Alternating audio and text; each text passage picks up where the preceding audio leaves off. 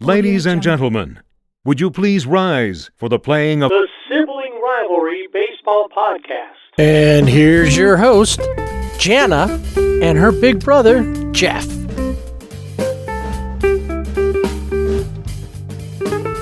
Thanks for dropping in on another episode of the Sibling Rivalry Baseball Podcast, as Jan and I once again find our way through the landscape that is Major League Baseball. Of course, we will be, as always, we talk a lot about Dodgers and Angels, and a lot of times end up comparing things between the two teams and the rest of the league to the Dodgers and the Angels. So we will do that probably once again. I think the other thing we're going to talk about today, other than checking in around baseball and the see who's dizzy enough and ready to fall off of the wheel of IL, is our continuing talks at the beginning of the season is how the new rules are affecting the game. So without further ado, we invite you to stop into our social media pages. On Twitter, we are at Sibling Rivalry BB without the A. And on Instagram and Facebook at Sibling Rivalry BB with the A. And then, of course, online, siblingrivalrybb.com. And you can check out the Fanatics link on there to order any of your favorite gears and help out the show. So let's get to it.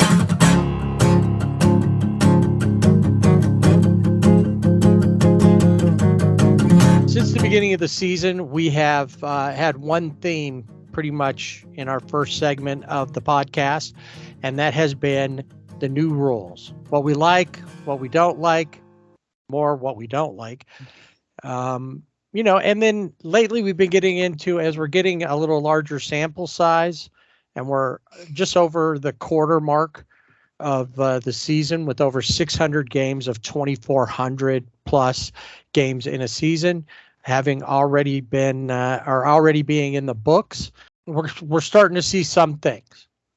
We're starting to see a lot of people jump on this wagon, with the exception of pitchers, which we went over last week about how it seems that maybe pitchers and the injured list are almost becoming synonymous. I'm on a starting rotation. Okay, the first question I should ask you is, how many days have you done on the injured list so far? Maybe they'll have patches for it as the season goes. Right. Yeah, how many days? Just like how people, get, oh, you've been here 5 years or 10 years, those pins, so right. Patches. So I was on the injured list a month. Or you can make it like a 12-step program, and for all the time that you're not on the list, you get like a 30-day chip or one of those kind of milestone things. That would be good. That could be a good incentive not to be on the wheel. Right. Oh, I gotta get that purple plastic chip. 30 days. Yeah, that's right. With that, everybody's writing about it, whether it be reporters that cover the teams to just writers. And you found on The Athletic, Jason Stark, who is a Hall of Famer. He got, I think, the Ford Frick Award one year, and he's a baseball guy. He's been around. He's got a podcast, Starkville, and talks about that. Talks about baseball with that. Well, he wrote an article there in The Athletic basically saying, you don't think it's working or you don't like it. Well, here's some, and gives a lot of stats about it. I, to be perfectly honest, been trying to read it all day, and I only can do it in little bits and pieces. It's a really long article, but there's a lot of information in there. But for the basics, the overview is he's saying, hey, it's working, and baseball needed this, or baseball was on the way to extinction. I think sums up his feeling about it. What do you think? Yeah, I mean, in this article, it is very much a, look at this. This is how it was in years past, and now we're here. I think the biggest thing that we're seeing is with the banning of the shift, what I actually like is you see the you're seeing more balls get through, because before you had Manny Machado who plays third base, but he was all the way in the outfield between second and first. Well, a couple of seasons ago, he ended up making a play on a fly ball. He was deeper than the right fielder. Yeah. By the time he got there, he started off running out there and was in deep right field where he made the catch. If you didn't realize about the shift, you think, how did he make it from third base all the way out there and make it? That's pretty impressive. Yeah. Now that I would be impressed with. Yeah.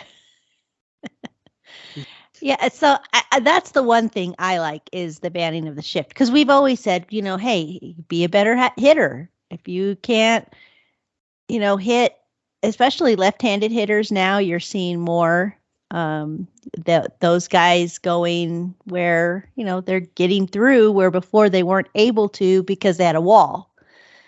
But you're also seeing opposite home runs, where one night they've got you've got somebody that's hitting a home run to right and then next time they hit it to left, and they're just using the whole thing. So I don't know though if it's a mental thing with the shift not being there, and it's like before it was like, oh, the shift, and they just kind of, I'm not saying they gave up, that's not what I'm saying, but it's kind of like they were locked into that, and now it's gone, and so they're taking advantage of that, which they should be, but it makes me wonder. I think that most of like the left-handers that ended up seeing that were, they were mostly the victims of the shift more than righties were. Yes. And I think that now you go back to the way it used to be where, if there's somebody on base, there's a hole. They call it the 4 hole because that's the second baseman's, number on the field is 4. So they got that big wide open because the first baseman's holding on the runner, if there is a runner. But what I'm getting from like that article and just from watching it, I think a lot of times when lefties hit through that hole, they're surprised. Yeah. Because they're not used to it. Right. The other thing is that I don't think that and this isn't the hitter's fault necessarily. I don't think that they're fully utilizing that or know how to, because for the last 5 or 6 years, it's become more and more about launch angle. So there's a shift. We're not going to beat it by learning how to hit the opposite way. We're going to beat it by hitting over it. And then that became, you're probably not going to beat that either. So if you don't hit a home run, you really have wasted your at bat. And then that became home run or strikeout. Yeah, it was all or nothing. I'm going to tell you from having sat at a game with a bunch of teenagers that when there was no action at all, because even though the game's faster, that doesn't mean somebody's on base every inning. It doesn't mean that something's going. It moves faster, but I can tell you for a couple innings at the Dodgers-Twins games the other day, it didn't feel like it felt like it was moving slow because nothing was happening. And I look over because I wasn't interacting with them. I just happened to be there as a quasi part of their group. But they, like most teenagers, they were on their phones. Yeah. But when there was stuff happening, many didn't understand exactly what's going on because they don't know baseball, but they were engaged enough. What's going on? Why are people cheering? Mm-hmm. And I saw them pay attention to that. But the rest of the time, there was no reason for them to be involved because nothing was going on. Right. And strikeouts have actually gone up this season per Jason Stark's article than they have before. So after reading however much you read of it, yes, and before we dive in a little more, where are you with what he's saying? He's saying all of this was good, but it's only a beginning. And there's going to have to be more changes for baseball to survive. Yes, And I don't believe that. I that's silly to me. I mean, obviously I don't agree with that because of my lamenting that I did last episode. I don't think I think that we're going to see it'll be interesting as we go through the season. We talk about the pitch clock, how much that has affected the game, but how much has it really affected the health of pitchers? And again, like you said, there's not always action. I mean, there have been times where I'm watching a game and nothing, I mean, it's just like nothing's happening. It's just out. Okay, 3 outs, they get 3 outs. It's just, there's nothing, there's no scoring, there's no running, there's nobody stealing the base, nothing's happening.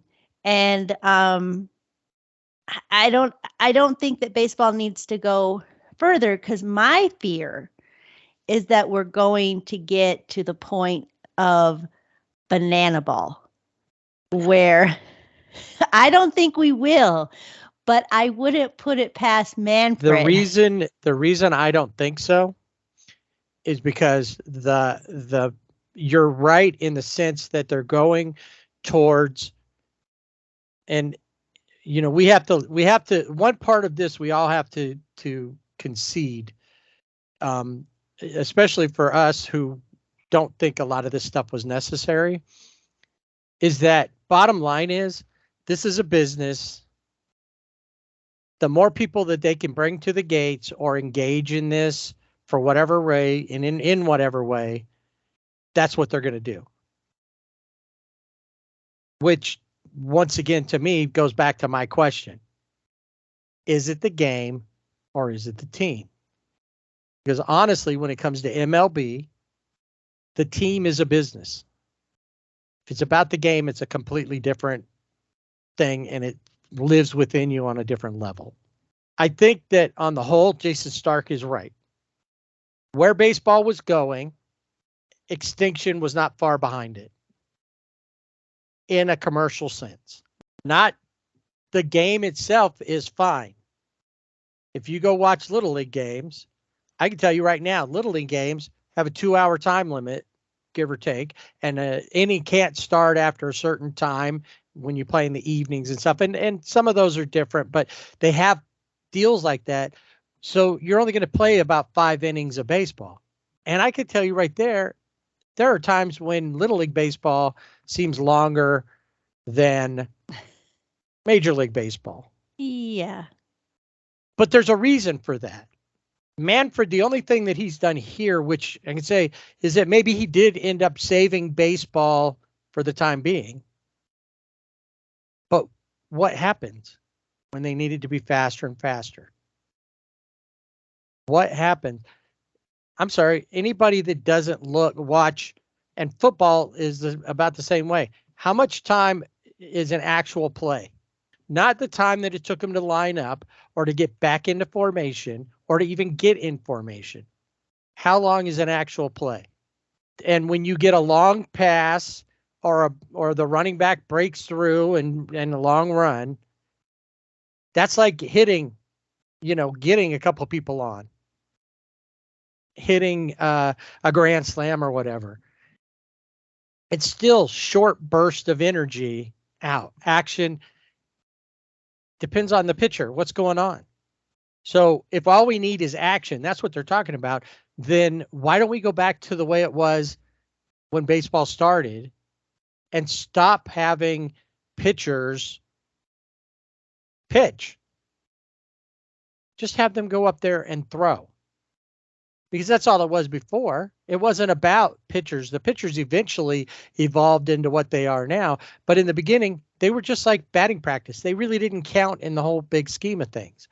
It's like when you play and you got 2 teams, but one person ends up being like the pitcher for both sides. Oh, right. Yeah. Yeah. Or something like that. Then that's what this is. You need to go to that to maintain so that you can always have people hitting the ball. Somebody's always on. Yeah, because it's all about action all the time. So it is the, and this is why I think that the only place that this can go is not banana ball, Thank but goodness. AI. Well, so that's what I was thinking too. Now, I say banana ball. That's different. That's a I think different. banana ball would actually be for the short term better than AI ball. Yeah, yeah. I mean, if you got to the point where where the pitcher didn't matter who the pitcher is, that just became, that position was like, we don't really need a pitcher, and you just have a robot on the mound, and they're just throwing. Yeah, they have the machines Right. You just that have are like really, really, you can have them mimic almost any pitcher. right. So then it becomes like, what is it? MLB The Show, a video game. Well, And then how far are we away from that? From which just watching they a video have game. leagues of things where you just watch video games. Yeah, I don't get that. I mean, there's players of the video games, but people like to watch them play. To me, that's like just watching a show on TV. I don't a cartoon get that or something. Yeah, my boys do. My boys watch that, and I just like, I don't get that. It looks so boring. I want to see real live people out there doing their stuff. Well, yeah, of course you do.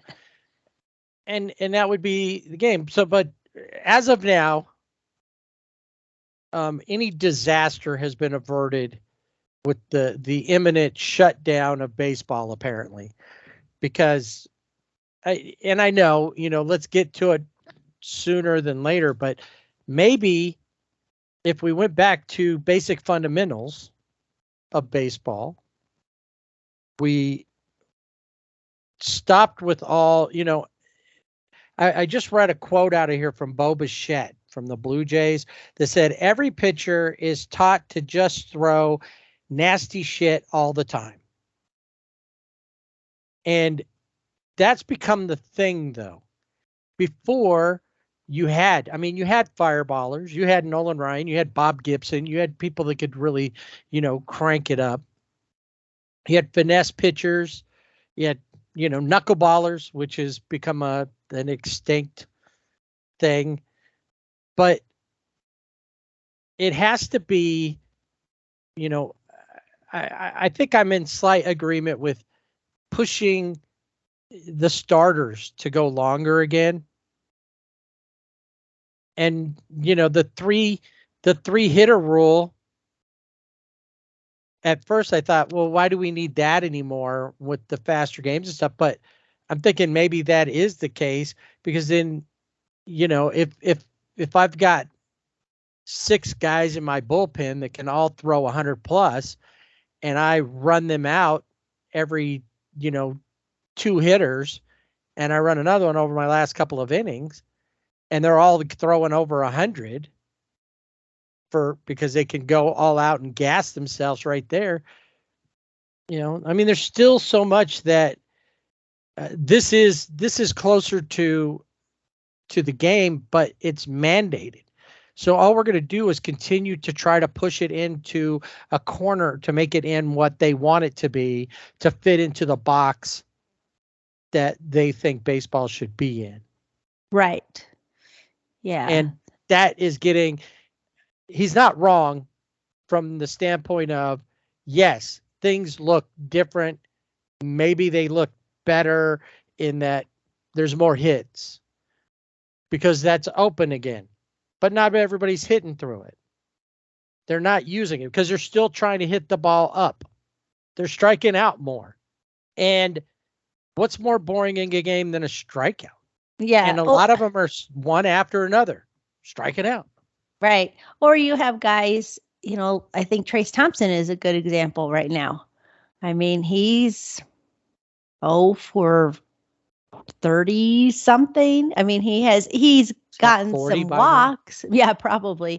I mean, he's gotten some walks, one that we'll talk about that was big, but that's not hits. And so when he comes up, as much as I like Trace Thompson, it's like, oh man, because it just, he's either going to walk or he's going to strike out. One thing I don't think Jason Starr talked about in his article, but I have also read that attendance is up. And it's a small sample size because, we have April now, through the end of May. But it seems like more people are coming out to watch games, except it seems like in Pittsburgh. And I don't know if it's because they want to see the new, they want to see the pitch clock, or they want to see maybe the what whole it's thing. all about. Yeah. Maybe the whole thing. There's a bunch of fuss. So on that side, any pub is good pub, I guess. And games are faster now. Well, let me go see. Yeah. I mean, the game we went to is about 2 hours and 40 minutes, give or take. But there was times that I thought it was like 3 hours and 30 minutes. Yeah, you just felt and I like was happy for it. But right. It's just, it doesn't take away those things. And I just feel like this shouldn't have, you can't stop if you're going to regulate something, because even Manfred said analytics are ruining the game. And if you're going to put a stop to something, get the front office out of the dugout, out of the clubhouse. Put the team together, and then let the people you hired to run your team run it. There's nothing wrong with the numbers. I think Joe Madden shared that. And this is a game of numbers. Yeah. Always looked at it. Always numbers. But it's just, I feel like, I just feel like I think he believes what he's writing, Jason Stark. Mm-hmm. But I think that he's oversimplifying the rule changes to make it work to the narrative that MLB wants. Sure. Yeah. And if he was an MLB writer, like for MLB.com or one of those, I would get it. But he writes for The Athletic. But he's not alone. I really like this. Announcers, I really like this. Players, I really like this. Pitchers, ow. It's just, I'm tired and this is a world thing. I'm tired of dealing with people who feel like everything has to change to a point that it fits into what they think. And obviously things change all the time. We as people change all the time. Just wait. There's all this stuff. We've seen the world. I've been around long enough, and you've been around long enough. You don't have to be here a long time to see things go from one place and cycle through and be pretty much right back where they were before, and then sometimes, these changes just take us back to a time frame where we already had all that stuff. Right. If that was when the heyday of the game was, or the game was more, what were the good things about that? And were any of these things in play? The one thing that really has made, in my mind, absolutely no difference, other than from a safety standpoint, perhaps, is the bigger bags. I don't think there's more stolen bases because of that. I think there's more stolen bases because the pitchers don't want to take a chance of getting penalized. Right. Throwing. They're just going to let them go because, what do you get? 2 disengagements per batter, right? Yeah, per batter. And you just don't see, and you knew a lot of times that was one thing I think that people obviously disliked, especially if it was the opposing pitcher where they kept throwing over to first. And they did it like 5 times, and the crowd's booing because it's like, come on, play the game. Obviously, that takes away from that. But they have to be careful in what they do and how they do it. Are they going to worry about the runner? Because if the runner takes second, that doesn't mean they're necessarily going to score. They just move up. If the pitcher has good stuff, then and they believe in their stuff, then they could be like, yeah, okay, he takes second. Kenley Jansen is a good example. I mean, he never cared about base runners. Right. But that's the thing. Now I know, and we can kind of put a wrap on this because I think we know that, yes, batting average of balls put in play, which does not include home runs, because a home run is not put in play. The longest it's in play is from the pitcher's hand to the bat. Once it's out, a ball put in play. More runners on base. Going first to third was something that teams had been doing. And to go back and harp on it, but the 2002 Angels, one of the things that really helped them be successful was they went first to third all the time. But we didn't have shifts like we have now. Mm-hmm. We didn't have all those things. So some of those things were in there, but weren't there. So it made those parts of the game. And that's what we're trying to do. We're trying to legislate our way back to that. Yeah. And we should just know that will work in the short term, maybe, but in the long run, it's not going to maintain. It's not going to be something we can do.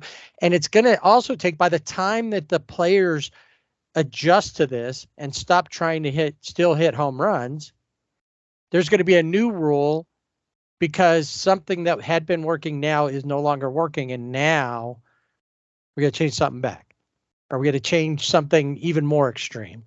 And then they've got to adjust to that for another 4 or 5 seasons. Yeah. Yeah. It becomes a pendulum back and forth, and we really don't need to change the game at all. Like I said, banning the shift is fine with me. But it doesn't always mean that, it doesn't mean that there's a lot more in play. So, these rules are just, I think as we go through the season, I know it's like, what do they say? You're beating a dead horse. Maybe that we are, but I think as baseball purists, as traditionalists, it's hard to see, as you said, molding this game into something where it's already a good game. We just need the fundamentals. We need the guys to get back to those fundamentals. And we're not seeing that at a club level, at the team level, because they want to hit the home runs and they want to have these, spectacular plays, and all of that's great, but let's just play the game of baseball. Well, yeah, exactly. But see, there's the thing. Are we really traditionalists in a pure sense? How far back do we want to go in that sense, in the tradition of the game? I mean, think about it. When I was a kid starting to watch this game, there was no designated hitter. Now, I think what made that easy was that it was in one league and the other league, and it kind of made things interesting. And right. Grew up with it. Yes. And I think part of the problem here with all of these changes, maybe some of it's in the way they present them. Some of them is, this is a game that has always been about no time. It doesn't matter how long it takes. You have 27 outs. If it takes you an hour to get them, fine. If it takes you 3 hours to get them, fine. 27 outs is what you're given. Everything over that is free baseball. But the thing that I know gets to me, and it just dawned on me, was it doesn't, obviously in the big picture, it doesn't matter what I want. with that game. If I want a more pure game, I need to go to Little League, or I need to go watch a high school game or something like that. But probably Little League. Yeah. Because the kids at high school are getting ready to go to and hope to get, whether they're going to college or the pros, and all of them are going to be grooming these players for whatever the game is. But each of us who are purists or hold this game more than just a team don't want you to mess with their game. It's a personal thing. Stop messing with my game. That's the thought process. And the thing that we have to realize is they're not messing with our game. The game is still the fundamentals that it always was. They're messing with their product. And the problem is that product is the biggest place to see the game at the highest level. And, that's it. I don't know, as much as I'd like to be able to stop it from happening, I know that I can't. Some of the, we're accepting what MLB is doing because we have no other choice if we're going to watch the games. Yeah, I mean, we could say, well, we're not going to watch it and we're going to, boycott it. But that would be hard to do. I don't want MLB to become the new Coke. Well, if I'm going to do some lamenting, let's do it here during the Angels segment, because here's a team that offensively, they've shown what they can do. I was amazed at a stat I heard the other day. The Angels are second in comeback wins, I think, behind the Orioles with 15. There's a couple other teams with 15, and the Orioles, I think, had 17 comeback wins. Wow. And I could see that when I started thinking about it, because how many times do we talk about a game where they were up, they got behind? That's true. And then a lot of them we talk about is they didn't come back, but we've talked about enough. I didn't realize it was 15 times. The whole thing with the Angels, though, is that their pitching staff is suffering across the board. And most people want to just blame the bullpen. And the bullpen has been horrendous, except for Carlos Estevez, who's 12 for 12 in save opportunities. The rest of the bullpen, 10 blown saves. Only Estevez can save a game, apparently. I think one thing with the Angels, too, that I've noticed is they kind of have a pattern. They go into these series, they seem to win more games where they're the first game, of the series. So you are feeling good because you're like, all right, they won this first game, and then they don't win. It's the next night. It almost seems like it's a different team out there. Right. Or you have a good night from Trout and Shohei, and the next night they do nothing. And they're not helping anybody. And I don't know. That's what gets me, is they always seem to be like, yeah, game one. All right. Because that makes you feel good, right? That they won that first game, and then it all comes crashing down. It does. And you know what is, and there's a lot of signs with this team that we know exactly what's wrong with them, yet nobody knows how to fix it. We know that defensively, even their manager has said they're bad. Their general manager has said they're bad. They've all said that they're bad. And another sign here, we were talking about Anthony Rendon finally getting back in with his offensively, but still having issues defensively. Mm-hmm. And last week, he had ended up on the IL. Nevin says, with Rendon out, Ursula in his place, will be solid. Now, what does that tell me? Is that what he meant? Did he mean what he said? Did he say what he meant to say? Did he not really say, oh, you know what? Rendon's out, but we're going to be good because Ursula's in there. He's a solid replacement. Right. We'll be okay. Right. Or did he mean now we'll have a good, solid now we'll be better. Right. Because Ursula looked in replacement has looked good. Yeah. And less errors at third base. So, and the Angels are like at the top of the league in errors, 32 errors. Wow. So we see these things, but let's go back to pitching for a second. The bullpen really has not looked good. They're constantly blowing leads. Of course, the starters are having a hard time. The starters, we expected a lot out of Sandoval. Somehow Ohtani is pitching worse, but still pitching 1,000% better than everybody else. Still looks like a good outing, even though he gave up 6 runs or whatever. Yeah. But it's still not that solid like what we saw at the beginning. But there was a good outing in this week when we talk a little more about that in a second. But think about it from this standpoint. Pitcher's in there, gets a couple of outs or gets an out, gets what he's supposed to do when he comes in as a reliever. And then what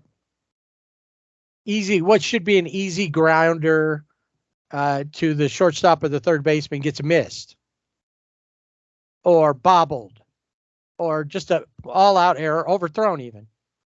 So while that pitcher should have been out of that inning and maybe able to go out and pitch another inning, feeling good, feeling settled, next thing you know, it's a 6-run inning, or it's a multi-run inning, or it's extended out.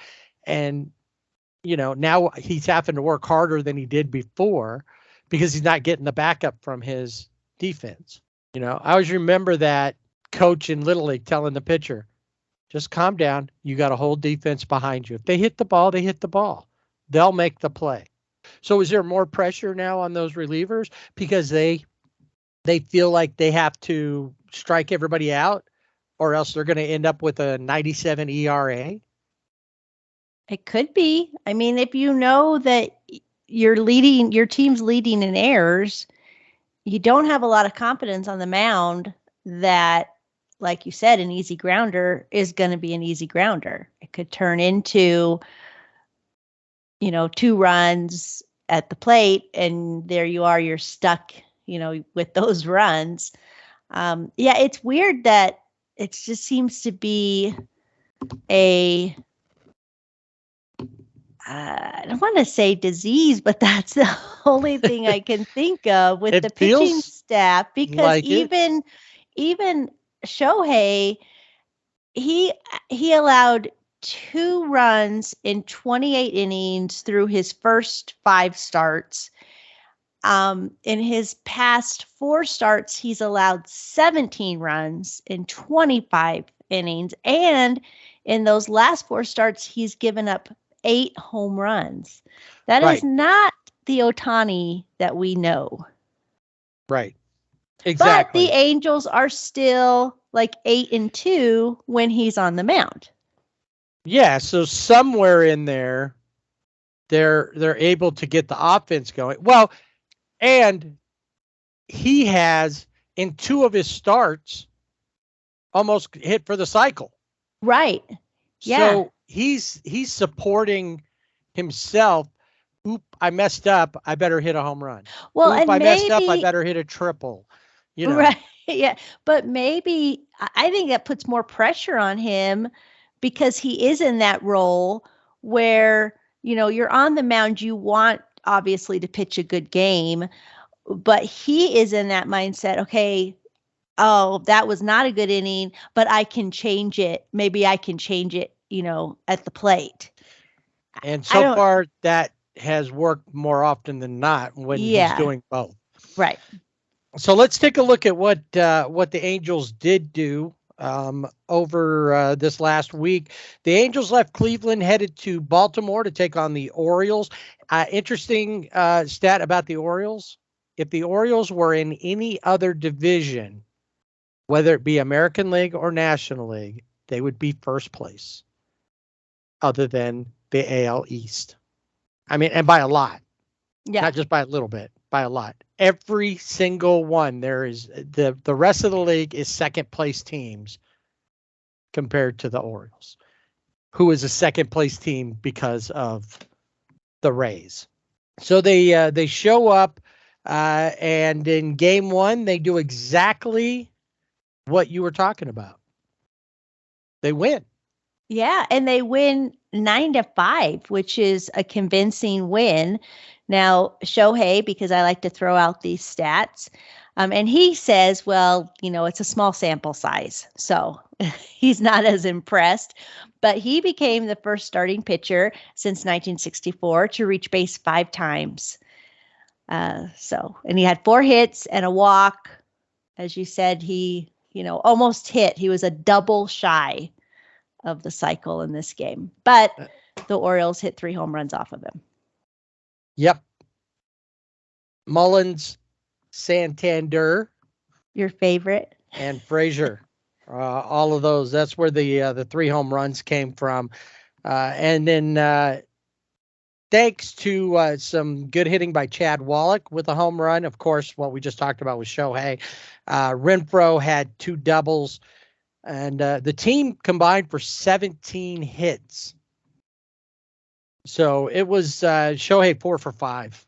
I mean, it was just they came out, they played well, and took arguably the second best team in baseball to showed them how it was done, and moved on. Of course, it was a 4-game set. And the next night, not really a good night for them. 7-3 loss. But Mickey Moniak continues to show that he deserves to be up in the bigs. Taylor Ward's been having a hard time. And so he's really showing that place, and rightfully so, pushing Taylor out of that position.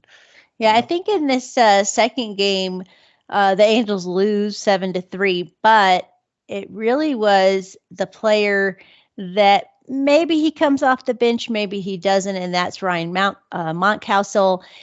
He does come off the bench. He gets a pinch. He comes in as a pinch hitter. He doubles, and then he hits a 2-run home run. So that's how they beat the Angels that night, thanks courtesy of Mountcastle. Yep. They've got that, and these are the guys who are coming around. Cedric Mullin, Ryan Mountcastle, who I think was my pick last year for Rookie of the Year. Yeah. You've got Rutschman, who has really they got the young talent has really come around.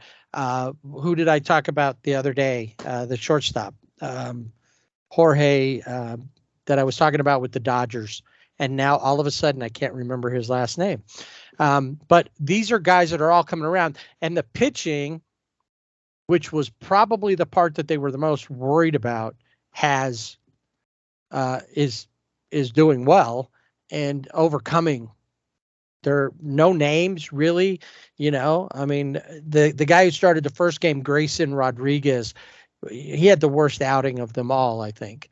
Just going about 3 innings, gave up 8 runs of the 9 that the Angels scored in that one. The other problem that we had in that game was that both Tucker and Wantz inherited runners, scored.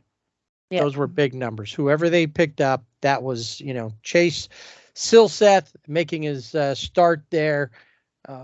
Gave up a home run, but he only threw 3 innings. We need I think every team needs starters. The minimum for a starter should not be 5 1/3 or 5 2/3. It's got to be 6 at minimum, because the bullpens, many bullpens are being beaten up, and this one needs more of a break. They need somebody to go 7, 8 innings, then let Estevez come in and do his thing. They need to stop blocking off if you're not on the IL, you're available to play or to pitch. Stop saying we're not going to do this. They pitch, sometimes not even a whole inning. They could pitch multiple days, and teach them how to do that. Instead of block it off like this road's blocked off today. You can't go down this road. The problem is they're blocking off city block. You can't even get to your own house by the way that Perry and his mathematicians do this, set it up and send that down to the implementer. Game 3, another loss, came with the Trout home run, was the only run there. Griffin Canning gave up 3 runs on 9 hits once again. And I don't remember if it's that game or game 2, but the Orioles, all but one player had a hit in the game. Yeah, and in this third game, on the mound for the Orioles was Kyle Bradish, and he was drafted by the Angels in 2018 from out of New Mexico State. And maybe there was a little bit of, look what you lost kind of going on. I mean, he allowed a run, 4 hits, 6 2/3 innings, struck out 5, but no walks. So I'm sure that the Angels probably would have.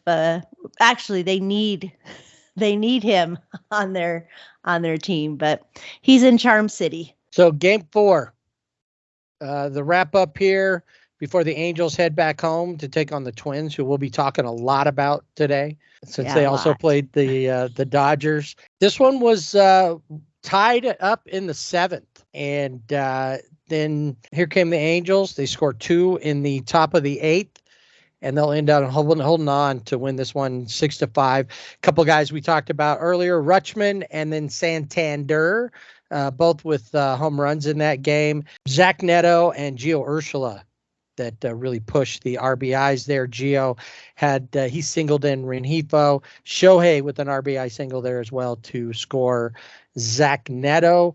And it was the battle of the Tylers on the mound. Tyler Andy taking on Tyler Wells.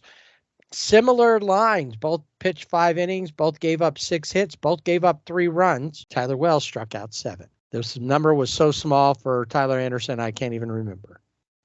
So they walk out. Uncharacteristic season for him. He says it's been mechanics. It's been pitch selections. He's having to rework. But that's the thing that makes me wonder, again, what's going on with the coaching? Last season, Matt Wise, pitching coach, starts season under Joe Madden. Yes. The pitchers are surprisingly good overall. Suarez and Sandoval, especially because they were more of a surprise that they pitched so well. Obviously, I don't even know if we can call him Thor anymore. No. Syndergaard didn't have a great season, but there was a different vibe. Right. This season, there's a different vibe. And it's not whatever was good last season.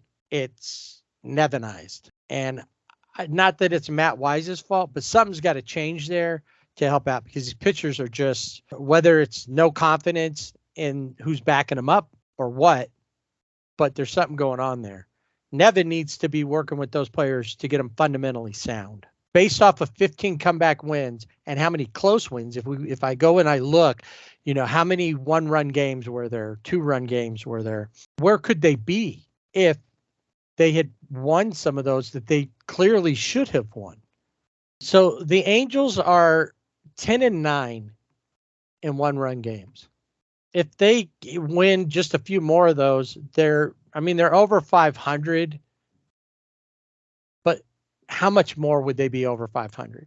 How much more confidence might they have if that was the case?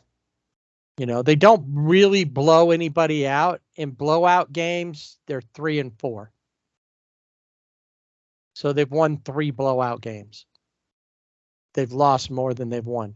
They're not really, there's never, I've seen people lamenting on Twitter, the Angels faithful are like, why can't we ever just have a cruise type victory?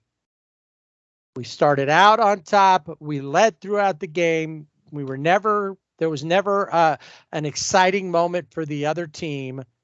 Why? And that's a good question. This is not a team that can put you away. Yeah, they always leave, they always leave the door open somehow, even Right. if they, it's like, well, we're going to close the door, but let's leave it propped open just a little bit, just in case. Yeah, they're like, the hotel door, you got that little latch thing. Right. And maybe you'll put it on there because you're just running down to get some ice. They do that. They're hoping maybe they're going to come back and just bring them some ice. But a lot of times what happens is they come back and thump them over the head and rob them, take their wallets and the clock radio. Right.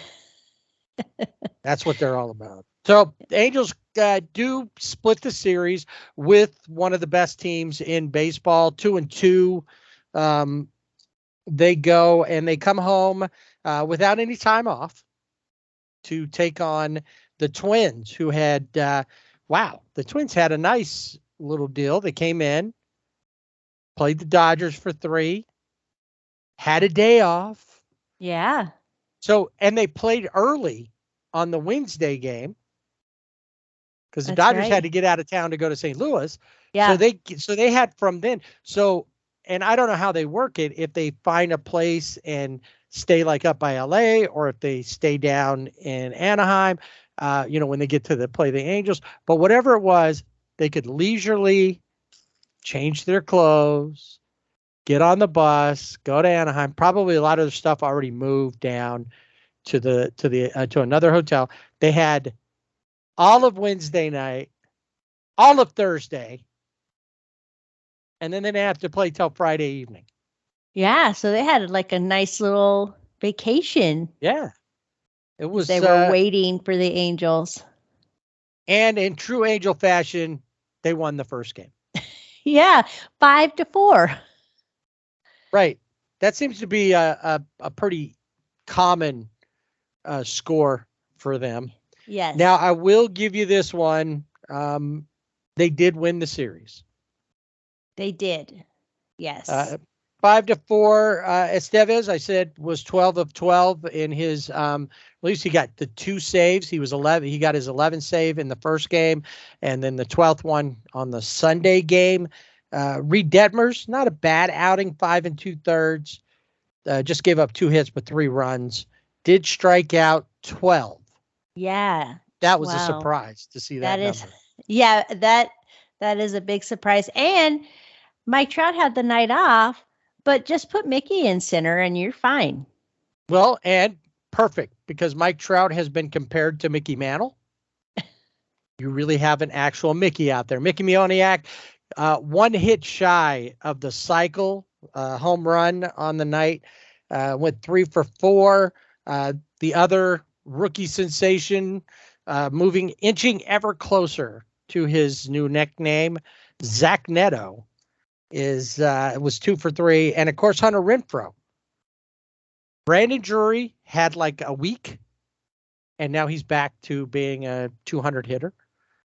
Hunter Renfroe, right now, if the Angels ended up being sellers at the trade deadline, they'll probably have to move or will move Hunter Renfroe, and they'll be able to get maybe something decent for him because he's on an expiring contract. Why would Hunter want to come back to the Angels? Yeah. I mean, you say that because it's like, well, maybe he would want to come back. Yeah, maybe. Don't know. But would they sign him back? Oh, you played too good for us. Yeah. You made your twin look bad. I'm not That's gonna. right. But they're tied for home runs. He's the evil twin. Yes. They're tied with home runs now, though. Trout, Shohei, and Hunter all have 10 home runs. Yeah. So anyway, they end up, like I said, beating the Twins.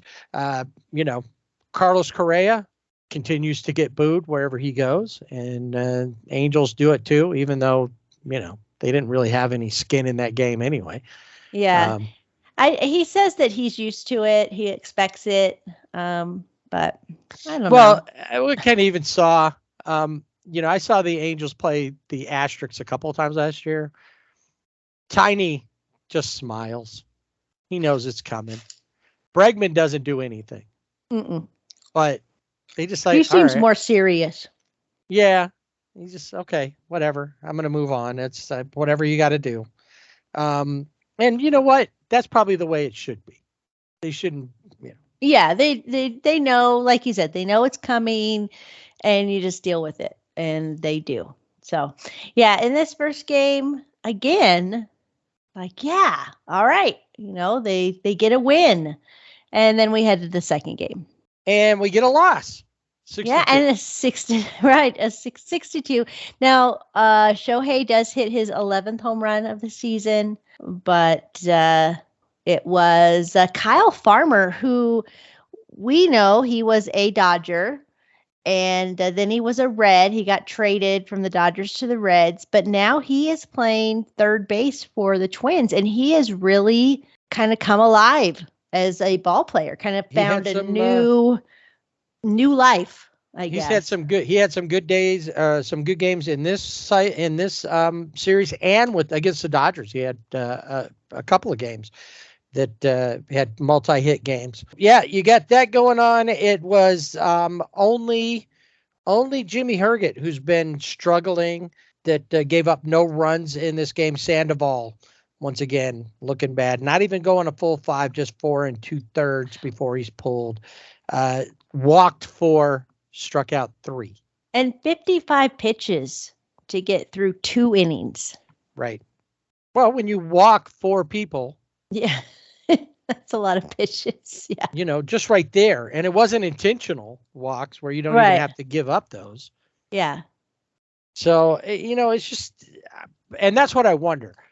And we've seen it before where somebody has a good season and then they fall off. There's too many of those going on here. Sandoval not having a solid year like we thought. He seemed to be a lock with Suarez once again. Rengifo, who looked like he had turned his corner, now looks like the only corner we want him to turn is the one on his way out of town. What we need from him is to play a little better so we can trade him and get some more pitching or something. Yeah, and in this game, Jared Walsh made his return to the Angels. He was 0 for 4. Yeah, I mean, he was 0 for 4 in this game. He did have a RBI ground out, so something. Well, and he's still not fully over what was going on with him, so he's got to work through that. But in his time in Salt Lake, he was hitting over 400, like 440. Right. And, really tearing it up. So it's time to bring him in, and they're hopeful that him at first base, they will, that'll settle down some of the issues they had. Jake Lamb wasn't a bad fill-in, but a few more errors, not as good. Gio filled in well. Drury seemed to fill in okay, but Jared Walsh, Gold Glove kind of guy. Oh yeah, yeah. I mean, it was his first game back. I think he'd been on the injured list with headaches, insomnia, just kind of. I mean, he was running into walls. He said, like he couldn't control, the movement of his body. So for him to be back on a major league field is like, that's really cool, that first he's time able really since last year, right, when he went out with the injury with that thoracic outlet syndrome or whatever he had there, and then he was back at spring training, but then that's when everything affected and ended up going through that treatment. So it's cool to see him back, and hopefully he can regain, get healthy for all that other stuff, and then regain more of that 2021 form. Yeah. So we'll see. Final game of this set saw the on game 3 saw Shohei back on the mound again, and this time a little better outing. Yeah, it strikes out 9. Goes for 6 innings. I think he probably could have gone a little bit more, but they went ahead and pulled him to bring in your favorite pitcher, Reyes Maranta, making his Angels debut, and he pitched fine. Yeah. Didn't give up any runs. They were facing off with a guy that the Twins went out and got from the Marlins. They gave up right now a guy that they're talking about maybe batting over 400 for the first time since Ted Williams. Luis Arise, Right. left Yes. Minnesota, went to Miami. They got Pablo Lopez, who was pretty much number 2 behind Alcantara. And he ends up having an okay game. Shohei and he have similar lines. Once again, both went 6 innings. Shohei only gave up 2 hits and 1 run. Pablo gave up 5 hits and 2 runs. He struck out 9 and walked 3, just like Shohei. Had the same K to walk ratio. Mickey Moniak. Of course, Moniak had 2 RBIs in that game as the Angels walk away with a win. Yeah. And, we talk about Ohtani on the mound and how he's he's still a good pitcher. Obviously, that's not what I'm saying, but he still leads the majors with a 142 opponent batting average and is third in strikeouts with 80. And, but he doesn't seem as sharp, and he has acknowledged that, that he sometimes is not as sharp as he should be. I think that we found out either what's bringing him back into focus. I just saw it today, or what's causing him to be out of focus. And apparently he has a love of Funyuns. Oh, I did see that. Hey, I like Funyuns. So I don't, because what is the last part of that word? So fun, I get, but yuns, which would imply that they're onions. Yeah, but they don't taste like, it's not like you're eating an onion. It doesn't matter. Yeah, you don't like it does to me. You also don't like mushrooms, right? No, I love mushrooms. I eat mushrooms all the time. Oh, Dad did not like mushrooms. No, Dad didn't like mushrooms, but no, I'm like Mom. I could do mushrooms on most anything. Okay, so if it was mushrooms or something, there's a lot of stuff I don't like. Yes, that I don't want to eat, but I agree with Shohei. I like the Funyuns. All right. Well, hopefully that's giving him some extra power, Shohei power through the Funyuns, and maybe he can start being a spokesperson for Funyuns. Yeah, I'm sure. All right. So the Angels have a long homestand, and the Twins were the first of 3 teams to come in. They've got Boston that started out this week. And we'll talk about that next week. And then they're going to finish up this weekend with 3 versus the aforementioned Marlins of Miami. And they'll get to see Luis Arise, who is like tearing. He was a great hitter last year, won the batting title. He's on his way, to doing it again. Yeah. And honestly, to me, that'd be one of the coolest things if he could actually hit 400. Yeah. That would be right. The last time I looked, I think he was like 382. Right. So it's going to take a little bit, and he's really going to have to go on a tear. But maybe playing with the Marlins is not a bad thing when it comes to that, because they're not really expected to do anything. So he may have more chances to hit that way. True. And again, I could be completely wrong. I don't. I'll just have to watch and see. All right. Let's take a look at this week's Player of the Week for the Halos. Who you got? I went with Mickey Moniak. I just learned that. Moniak. 400 batting average in the 6 games that he played. He had 4 RBIs, had a home run, 2 doubles, and a triple. Couldn't overlook all of that, so that's who I went with. I'm going to have to start shielding my paper. I think you're stealing from me. You have to put up cheating off those cardboard things. Yes. Got to put up the little binder. I need the voting booth thing. Yes. Is what I need. around me. So that way you can't see. I went with Mickey as well. Mickey has been incredible since he's shown up. All the numbers that you talked about, he's been consistent. And I think I think that was the biggest thing that made me focus on him is I kept hearing his name. And typically when I go through and I look game to game, I look for the people that I'm seeing every game first and then look into the others, unless somebody does something that I just can't, it may be just one thing that they did in the whole time. Maybe somebody hit Carlos Correa. They're automatically Player of the week. Yes. Player of the week. It's time for Dodger baseball. I don't know why we ever say anything about, it looks like the Dodgers have finally figured it out. That's a dumb thing to say, because then the Dodgers go, oh, yeah, well, watch this. We'll show you. Uh-huh. Actually, it started off like it could have been a good week for the Dodgers. They're coming off really good weeks. And how many games in a row did they win like during that? That was they had a good win streak. 6 games, 7 games, something like that. They were, they had dominated the Dregs. Mm-hmm. Which was good. So we're really getting, hey, this is good. But we need to remember it's the Dodgers, and we need to be more Dodger-like when it comes to their play. It's just another game. We can't get hyped about them being on a good winning streak.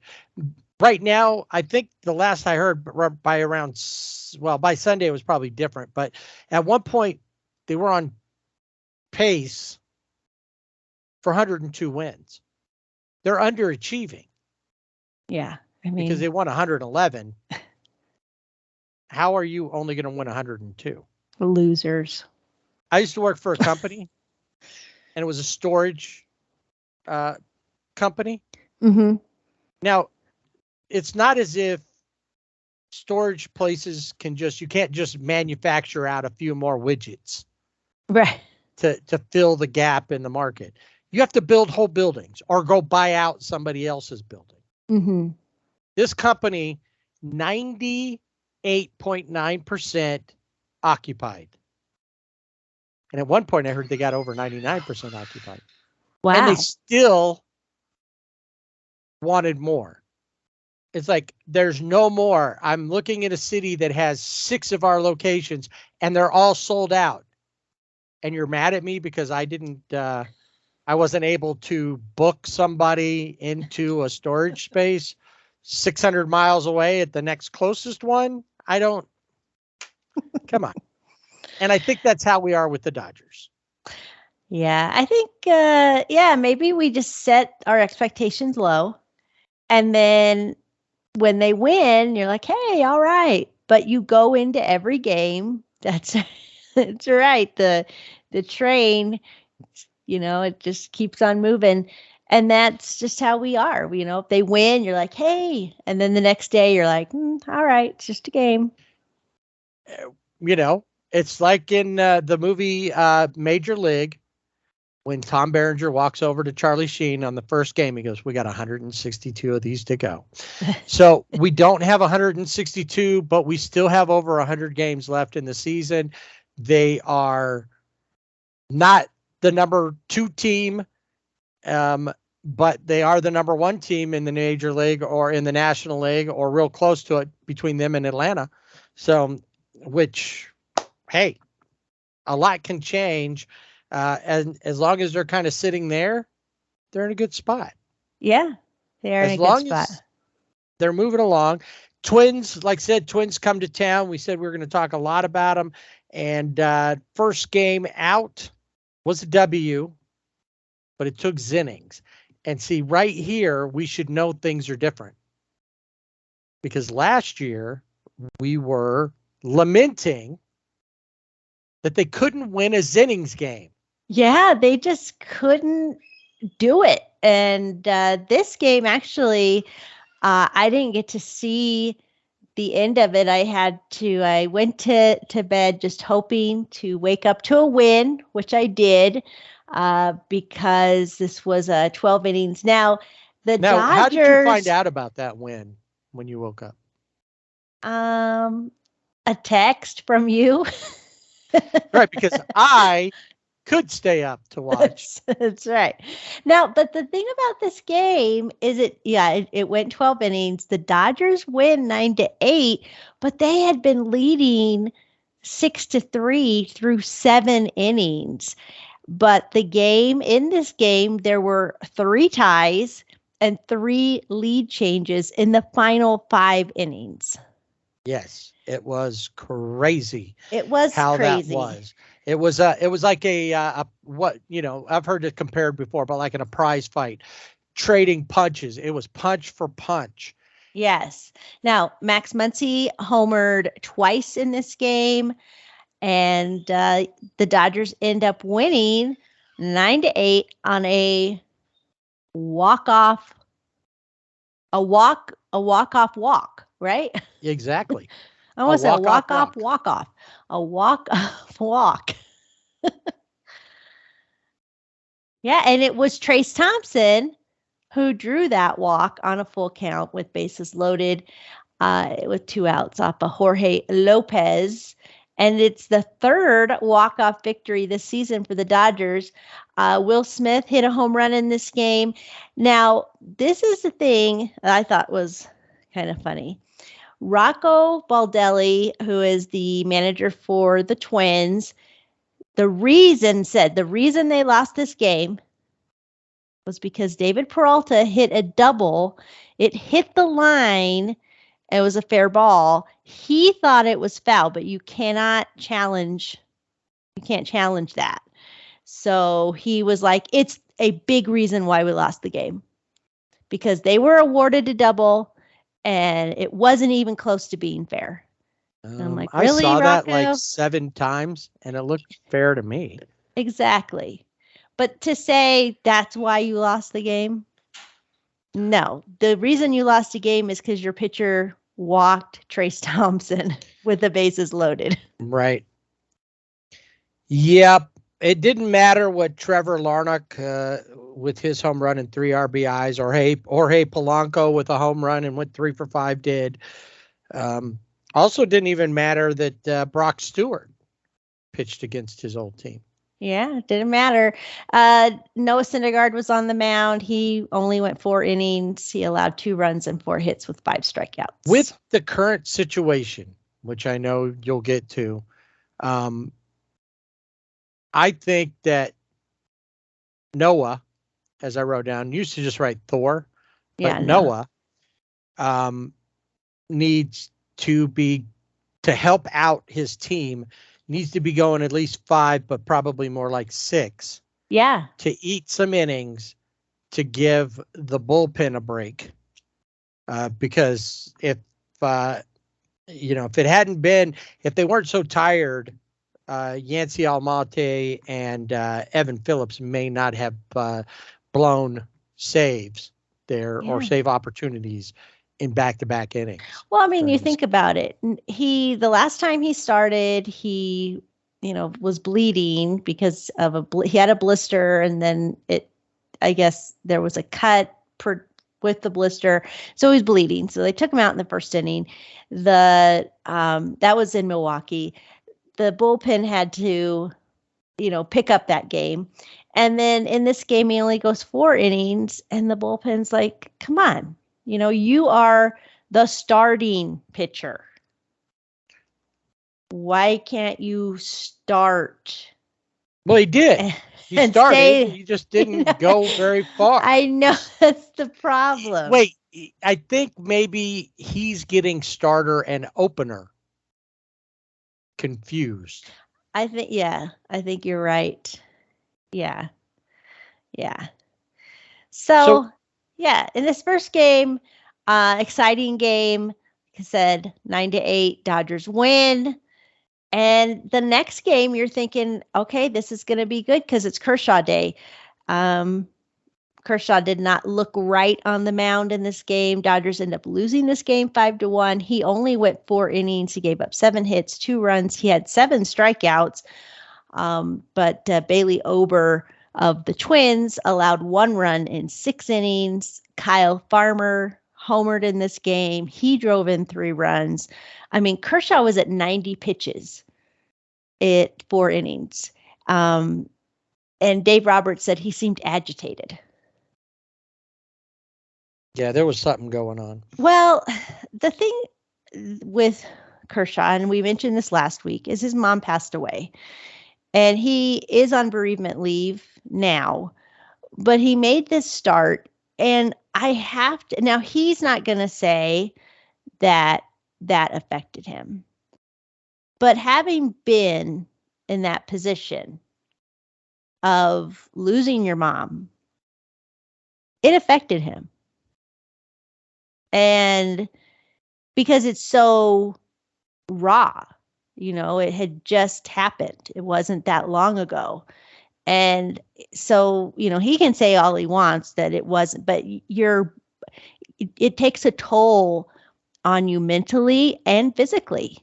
And so I think he shouldn't have pitched, but do we have an option with the Dodgers? Not really. And that's probably why he pitched. Was like, no, I got to make my start because he's Clayton Kershaw. I got to support my team. Right. And he wouldn't have been letting anyone down if he had missed that start or his next start. But it affects you, and whether you realize it or not. So the next game, they shake some stuff off, but it doesn't really look like it's going to make any difference as the game kind of starts. Early start, though, that's part of it, too. Normally when you do a day game, it starts around 1. This one started at 12:10. Mm-hmm. And like I said, I was there. Yes. There were parts of the game where it was like, okay, this is good. And I was excited about getting the chance to see, because I don't think I'd seen Dustin May pitch in person. So I was kind of excited about that. Sonny Gray on the hill for the Twins, who's having a good year. He's not had a great career, but he's having a good year. He's having a good year. I think he's like one of the, leading, doesn't he lead in ERA? Or he's on the list. Yeah, he's up high on that. So it's like, all right, let's roll. So Dustin comes out, throws up what seems like a pretty good first inning. I noticed his velocity was down a little bit. You could see just how the ball was coming out from what I've seen. Now, I've only seen it on TV, but there was just a difference. And I was up kind of high. I was in the reserve section. So the top deck is right above that, and then you got the reserve section. But that's a small section where we had our tickets. So I was like just to the side, to the third base side of home plate. Mm-hmm. So I had a really good vision down onto the field, could see everything, and could see, a lot where the pitches were overall. And it was that seemed, but it didn't seem like he was having a problem necessarily. Right. So he, 3 up, 3 down, one inning, and the Dodgers come out and proceed to load the bases. And then they proceed to leave the bases loaded. And we're sitting there in between innings, and all of a sudden there's some guy named Dylan Covey on the mound for the Dodgers. Who is that? And all the kids that were there started asking what happened. Yeah. So they noticed that the big tall guy with all the bushy red hair was gone. The girl sitting next to Blanca, one of the students there at the school she works at, says, "What happened?" She said, "Oh, I don't know. They don't know yet." Well, I tuned in to the radio to see if Charlie and Rick knew what was going on.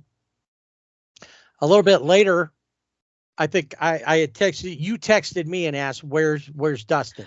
Right. I said, yeah. I don't know yet, not even Charlie and Rick know yet. That's right. And an inning or two later, you had gotten I had read what the initial thought was on why he went out. And so I had told Blanca, well, somebody, and then another kid asked, do you know why that first pitcher is gone? She said, and she told him, and they said, how do you know that? She goes, well, they called me from the dugout and told me. Oh, okay. Yeah. Yeah. I was at school. That was a particularly long day. And so I had my office door shut and was watching it on the computer. And yeah, I tuned in and I had missed, that first half, that inning where he pitched. And I was just like, where did he go? What happened? And unfortunately, he has a flexor pronator strain, which is an elbow strain. And it's in the same spot as where you have Tommy John surgery, which he has had. So he is on the injured list. Apparently, though, they say that the repaired area is still good. Yeah, there was no damage there. Right. It's a low grade strain. Yeah, that's how they all start. So that's the issue, that the concern is, right now, I think I heard 6 weeks-ish. Right. I mean, we'll see, make sure that it's not worse than that. And I'm sure they're going to be very careful because this really put the Dodgers in a pickle as far as, pitching. And we'll explain why it got worse. Yeah. In a little bit. We'll finish this game up before we move on to talk about what happened in St. Louis. So a couple of runs scored. Mookie tripled. Freddie Freeman, no hits on the day, but did get the sacrifice fly and an RBI, driving home that the Twins had tied it up at one point. Then it was 2-1. We're doing okay. Everything's fine. And you're like, we really probably need more. Yes. And the Twins really put it to us that we did need more because Byron Buxton and Joey Gallo both hit home runs. Yeah. Yeah. So the Dodgers are trailing 3-2 in the 7th. And the Dodgers really like to get runs and have big things happen with 2 outs. That's so very being true. A Dodger fan is not for the faint of heart. Not at all. So through all of this, the Dodgers revert back to what happened in the first inning, and they're able to load the bases. And that brings Miguel Vargas to the plate. We're wondering, what will Miguel do? Base hit, double, a home run would be incredible. Yeah. Or what he ended up doing. He walked. Ties the game. Exactly. Bases are still loaded, and another rookie comes to the plate. This is a guy we've been, and is a legitimate Rookie of the Year candidate. Yes. He's cooled off a little bit, but he's still coming up in spots. And here he is in a place that a lot of rookies had never been in before. Bases loaded with a chance to go ahead in the game, but perhaps even hit a grand slam. Perhaps. But he's already been in a situation where he hit a grand slam. Yeah, so it's like, why do it again? But he does. He does. Hits a grand slam. Dodger Stadium goes wild. And some of the kids look around like, what happened? It's a first pitch fastball over the wall in center. Good thing my door was closed because I was like, woohoo, clapping, cheering. It was his ninth home. You have your door closed to go woohoo. No, well, I was a little more subdued You're like, woohoo! Ninth home run of the season, second career grand slam, because as you mentioned, he'd already done that before. Brewster Gratterall gets the win. He went 1 1/3 innings scoreless. But now let me tell you the pivotal moment in this game. All right. And my player of that game, although everybody's James Outman, my player of this game would be Victor Gonzalez. Victor comes in with the bases loaded, inherits 3 runners, no outs. How many runners scored? 0. Exactly. He got the 3 outs that they needed, stopped the Twins in their tracks. It would have been a whole different game. And who's to say that grand slam wouldn't have just tied it at that point, because we don't know what would have happened. Bases loaded, no outs. Could have started the merry-go-round, but he didn't. He stopped them. And, standing O on my part when he came off the mound. And then, of course, we got to listen to the strains of Randy Newman as he proclaimed that he loves his hometown. Randy Newman truly was born in Los Angeles. He didn't just write that song as a transplant. He wrote it as a native LAer. And we got to listen to Steve Lukather's guitar on We Love LA because they won, and always fun to listen to, sing along with that song and watch the guys high five across the mound. Well, and it is really good to see Victor Gonzalez back on the mound. Last season, he spent a lot of time on the IL, and then was in the minors, and he's back. And I don't know if it was, obviously injuries, but maybe also some confidence too. And he just has looked really good so far, coming out of the bullpen in the spots that he's been in. So that's really good to see, which we need. Dodgers then pack it up and head to the Mississippi, to the gateway to the West, and the St. Louis Cardinals, the surging St. Louis Cardinals, thanks to Nolan Arenado. So really, if we're going to logically go around, they have Jana to thank for their resurgence now, because I don't know that, Nolan didn't like what you said, and the rest of the team, especially this guy named Contreras, really took offense to what you said about Nolan, and they took it out on your team, I think. And I think Gorman, maybe he was not happy. No, he wasn't either. No. So, yeah, this was not a good series. The Cardinals, as you mentioned, have been surging lately. And the last time the Dodgers saw them, they were not. This was a very different Cardinals team.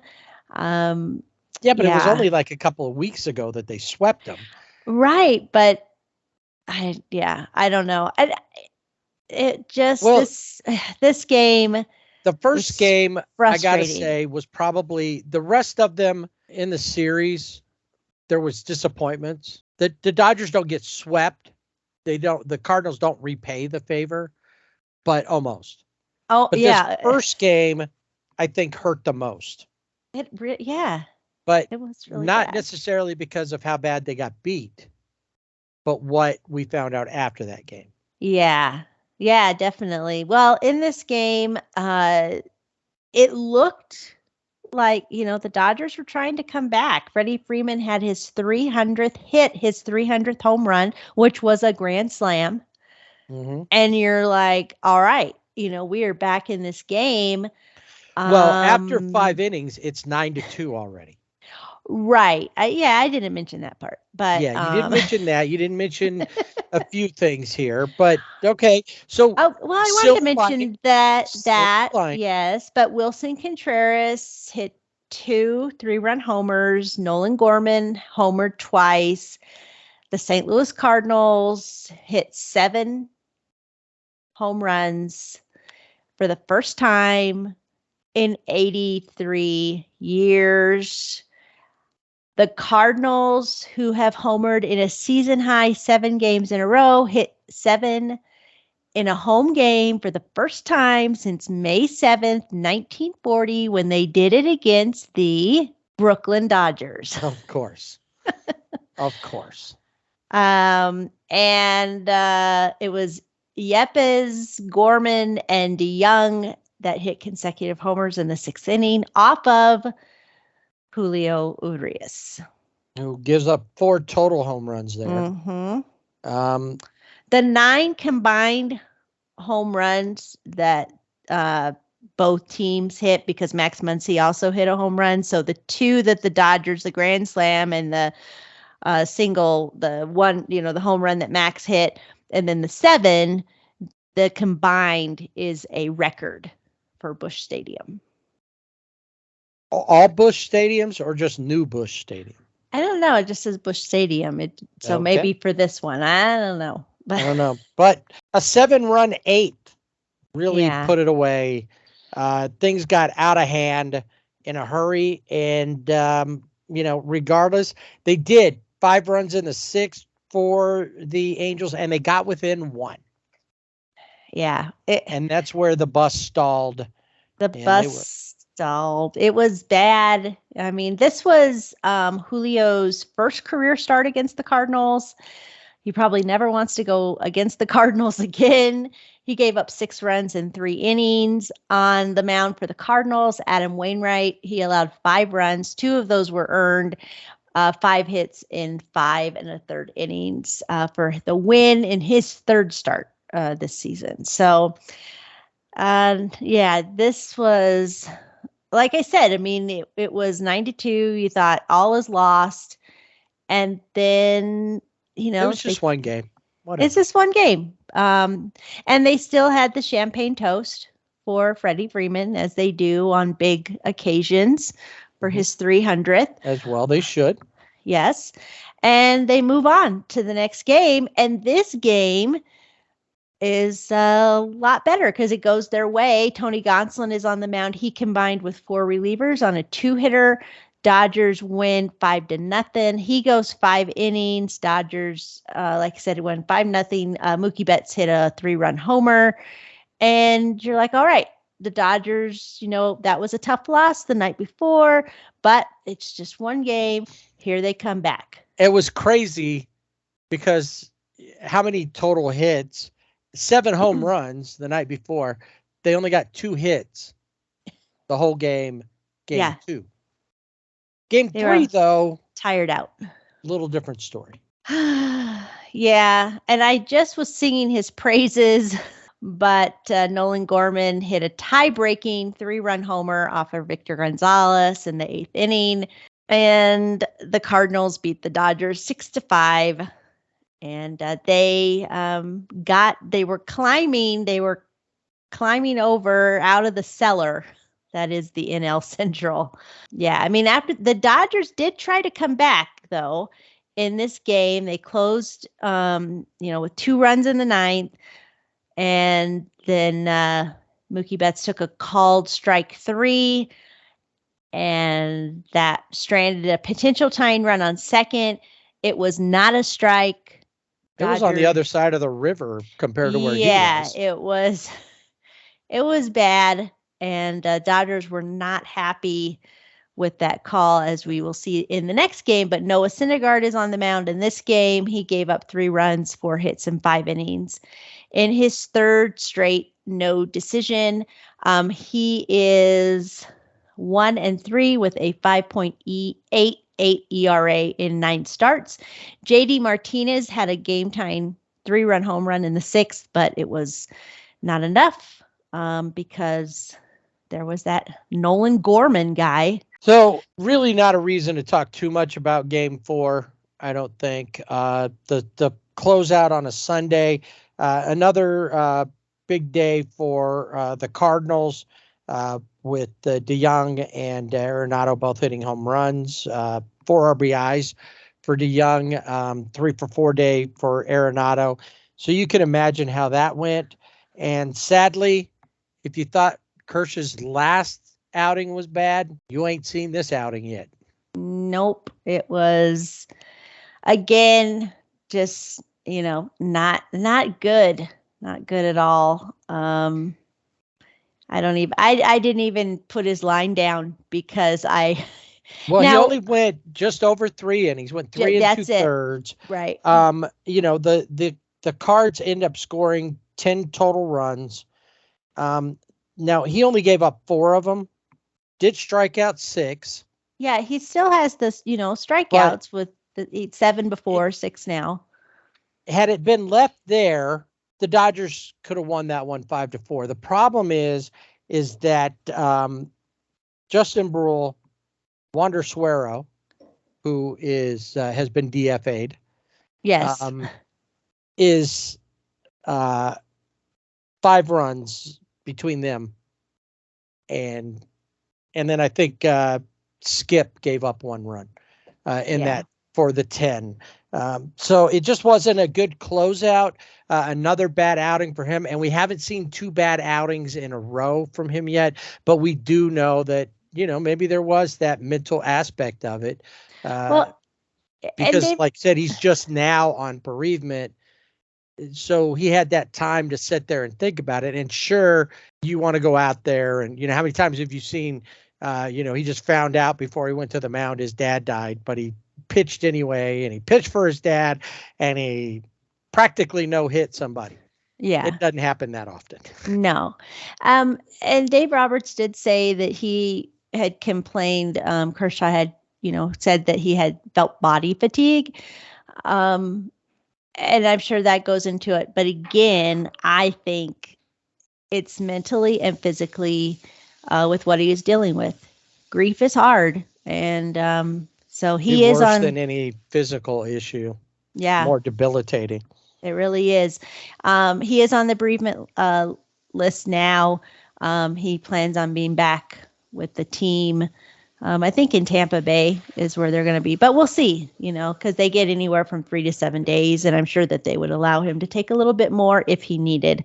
But yeah, not a great outing. Oscar Mercado, he drove in 5 runs, and this is a guy who the Cardinals, I believe, had drafted, and then he was traded, I believe, to the Guardians, played there for like 4 years, and then kind of bounced around back with the Cardinals. And this weekend series was the first time he had played with the Cardinals. And he just came up big in this game. And I think at least had a hit in the other games that he played in. St. Louis has won 11 of 14. They had a 10 and 24 start to the season. And this is the first loss that the Dodgers had, the first series since dropping 2 of 3 to Pittsburgh. All right. So you mentioned that they're going to be in Tampa Bay, but not before they make a stop in Atlanta, which, of course, everybody's talking playoffs on a series like this. And so, that series, by the time you hear this, that series over. We'll talk about that next week. And then they're going to go down and they're going to play baseball's best team. And hopefully they can stop Randy Arozarena and his paws, which I still don't find that as annoying as Tatis's little stutter step thing. Yeah. It's not, it's like, all right, whatever. But yeah, the stutter step, I just don't like that. Yeah. So 3 in Atlanta, then they have a day off, and then weekend series in Tampa. Player of the week. Oh, and then they're heading back home. Yeah, then they head back home. Player of the week. I don't know. Who do you got? I have JD Martinez. In the 6 games that he played in. He had a hit in every game. He had 7 RBIs, had a home run, 2 doubles. But he always, had a hit. So that, especially looking at the Cardinal series, he was trying to do something. So maybe it will lead to bigger and better things as the season goes on. Hopefully. I could have went with that, but as I kind of foreshadowed in the last segment, sometimes I like to pick people who just did something, even if it was only one time. And I gave my player of the week to Dylan Covey. All All right. because he pitches 4 innings out of just nowhere and struck out 3. He wasn't all that great overall, but he kept the Dodgers in the game after Dustin May goes down. And I think that if it's not for his effort, the Dodgers potentially lose that game. Of course, then he got DFA'd. Yeah. Yeah. Well, it happens. Happens to the best of them.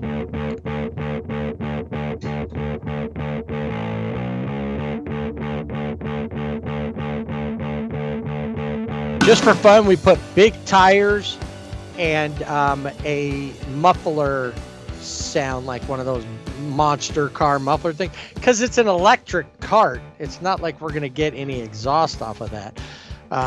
But we got that, so we're going to go and cruise the strip that surrounds baseball in the bullpen cart for around baseball.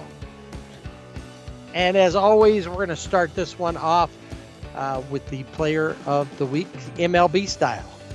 Yeah, the American League Player of the Week, Aaron Judge. 500 average, 1.893 Really? OPS. He was cheating. Just ask the Blue Jays.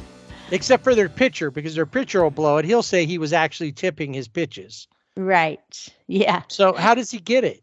Is it okay? I guess Manfred was in charge. Yeah, we got to go ahead and give it to him because cheating's okay in my book. That's it. Just ask the asterisks. That's right. So 5 home runs, 11 RBIs in 6 games.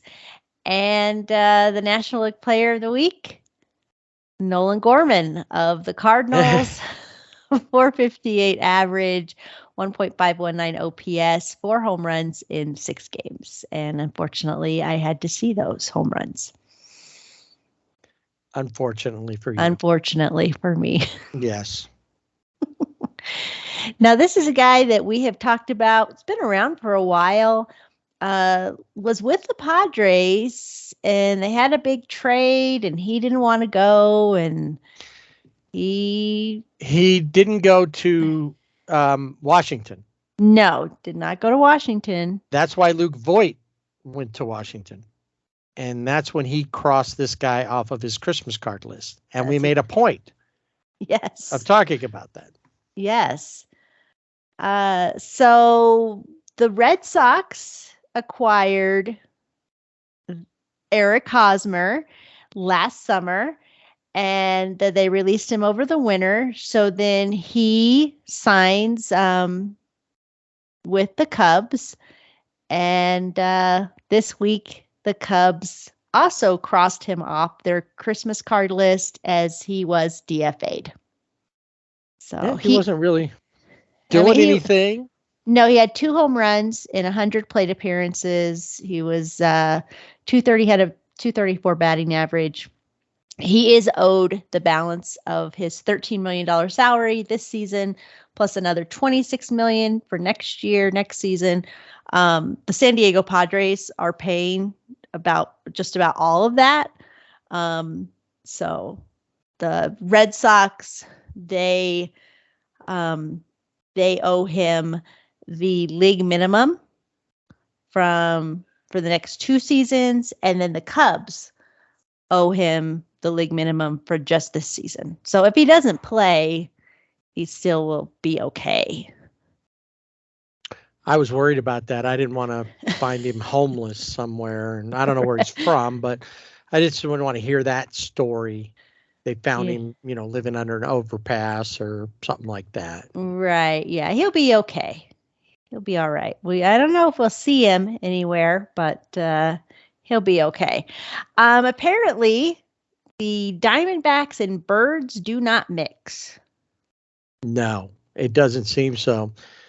Zach Gallen, who is a top Cy Young candidate so far. Yeah. I don't know that he planned this because obviously wasn't planned before, but another an actual Cy Young award winner and former Diamondback has the Trailblazer for Zach Gallen.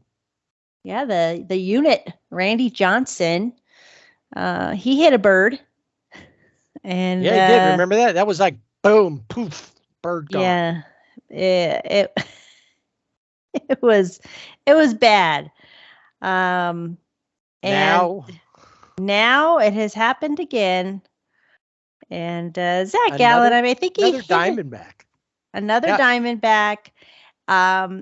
And he was warming up before the game. They were Just in the outfield. He wasn't just in the bullpen. out. Yeah, it was in the outfield at the Coliseum. They were playing the A's. And I think he, it was like through a curveball, I think is what got the That's bird. what got it. Yeah. Sadly, the bird did not survive. Or lucky for the bird, he didn't have to watch the A's play anymore. That could be it. Maybe the bird was, I don't. Harry Carey right there. Right. It's like, I can't take this anymore. I just can't do it anymore. Yeah. Goodbye, cruel A's world. I don't know. Is that what birds sound like? I don't know. Why not? I should pull Jim Gaffigan right about now. Wow, that guy's crazy. That bird, he's weird. Anyway. My favorite is to see Jim Gaffigan in little bit parts on Law and Order. Oh, yeah. Sometimes he's like a little bit part. He was actually like the killer in one episode too. Yeah. So, but it's always funny. He was like working on a pipe and they're like talking about, were you in there doing? He was a plumber. Were you working? Yeah, I was in there working. But I couldn't really tell the guy had a suitcase. I don't know. He was dressed up like he was going on a trip. All right.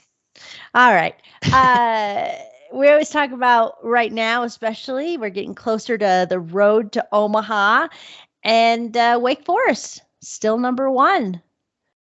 And if I hadn't got sidetracked reading this novel by Jason Stark, there is an article in The Athletic about Wake Forest and the change in their culture there and how it's embraced and why they're doing so well in baseball. So I'm going to have to read that.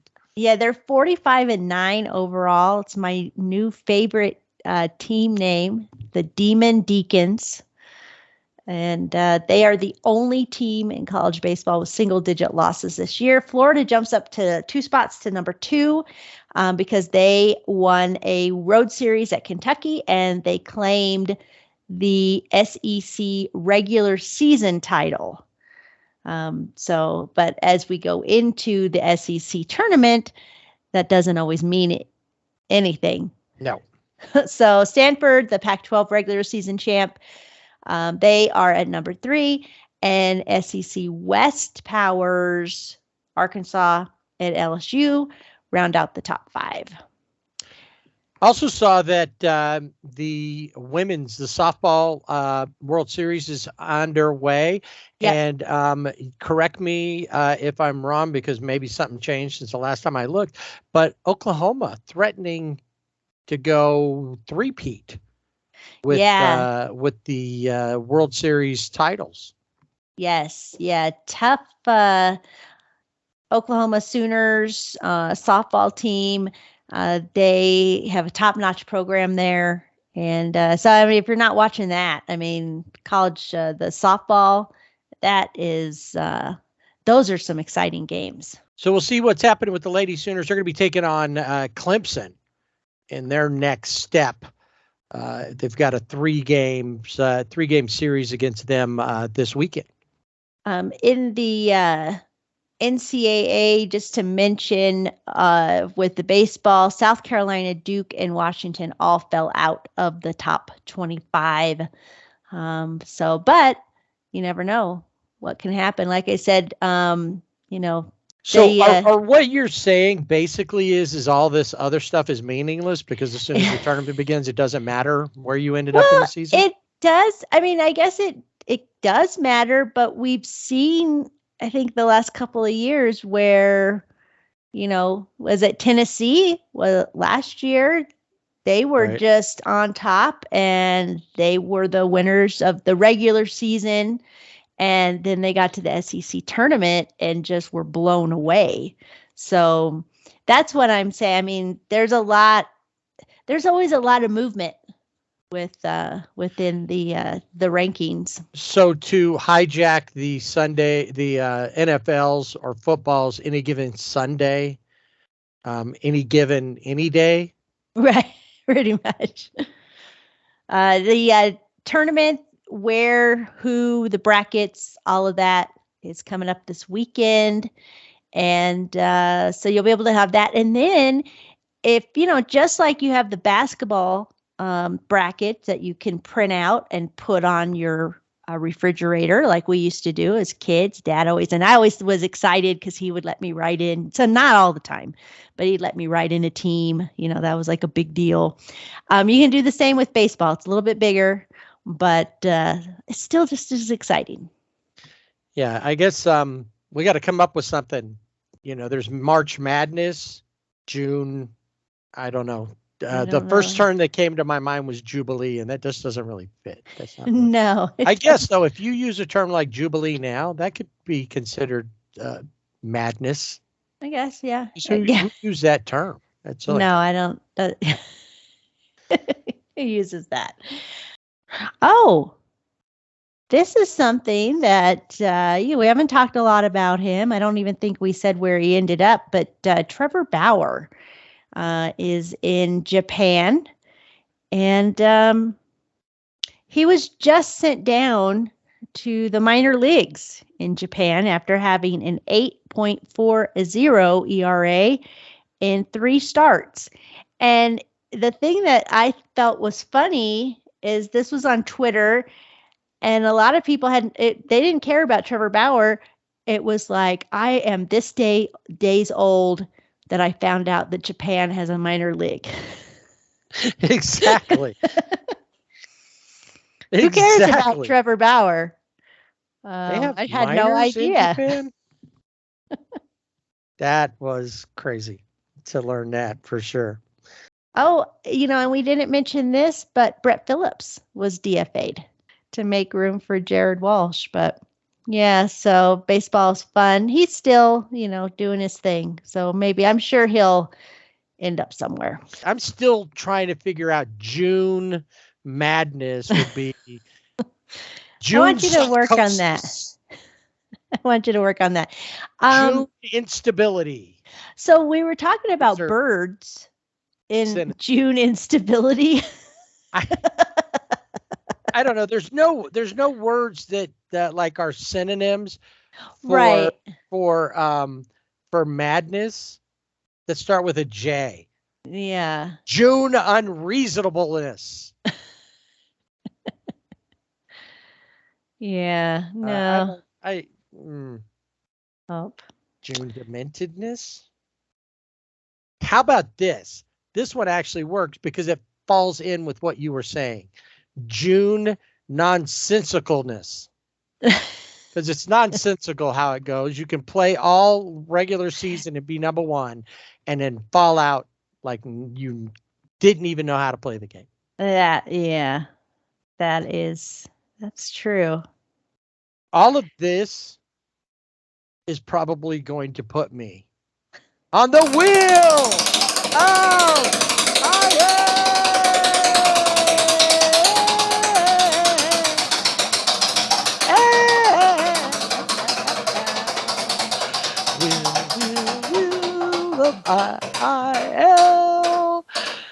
Nonsensicalness lives here.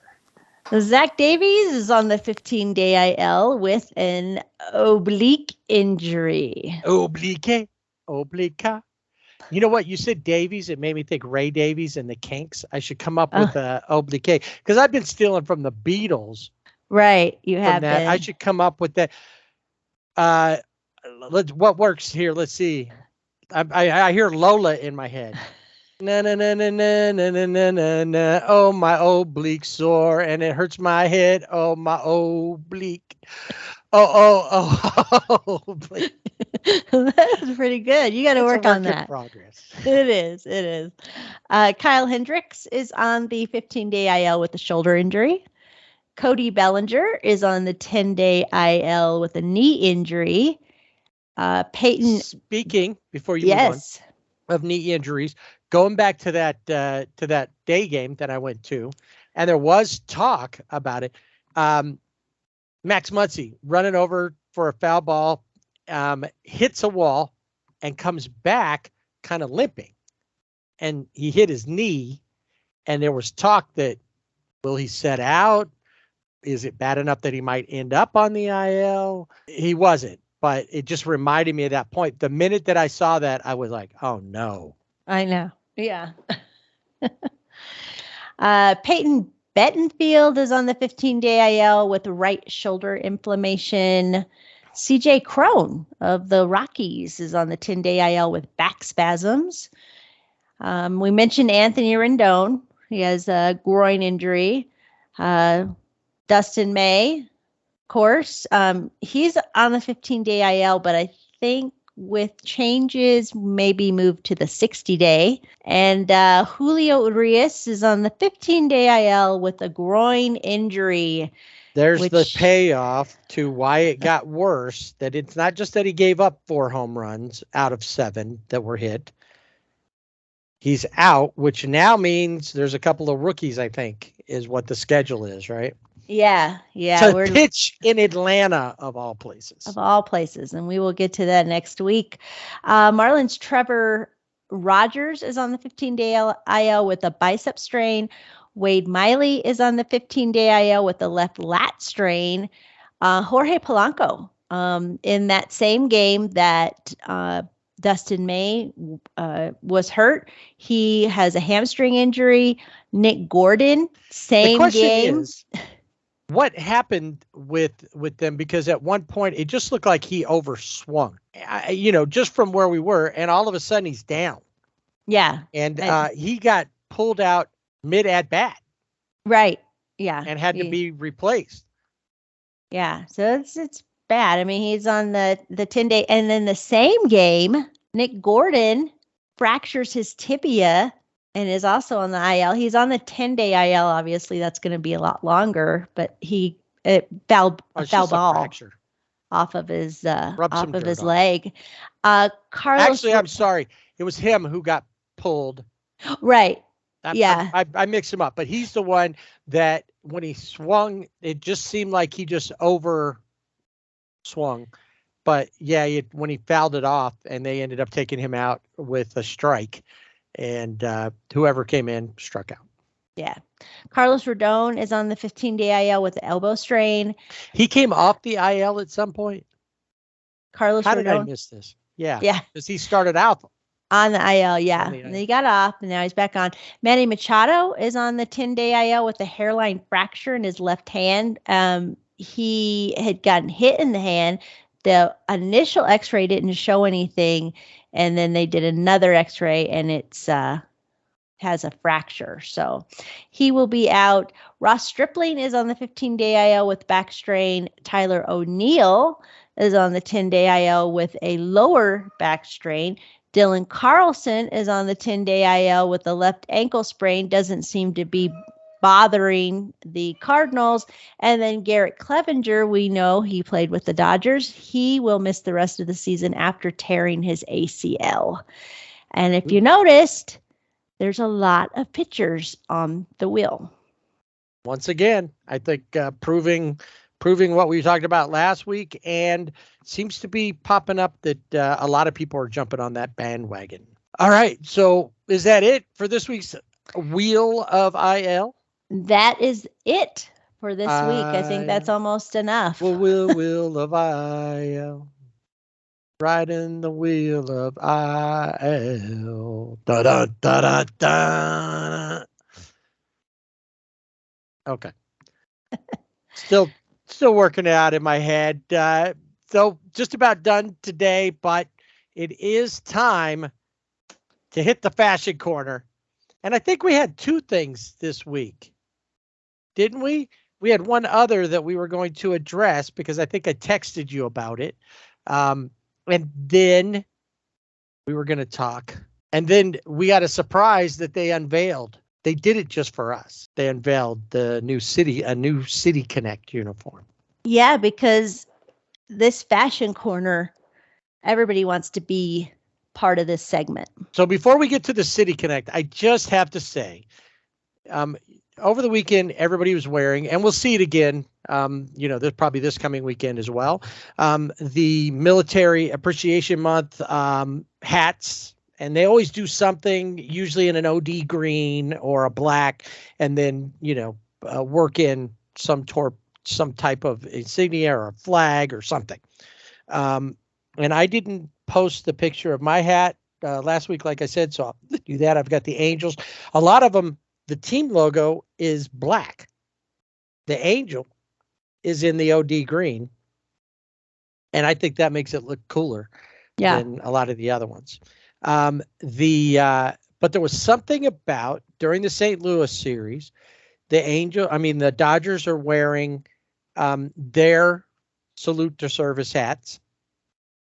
And there was something about the green and the gray, their road grays together, that made the blue in their uniforms just electric. Yeah, it really popped.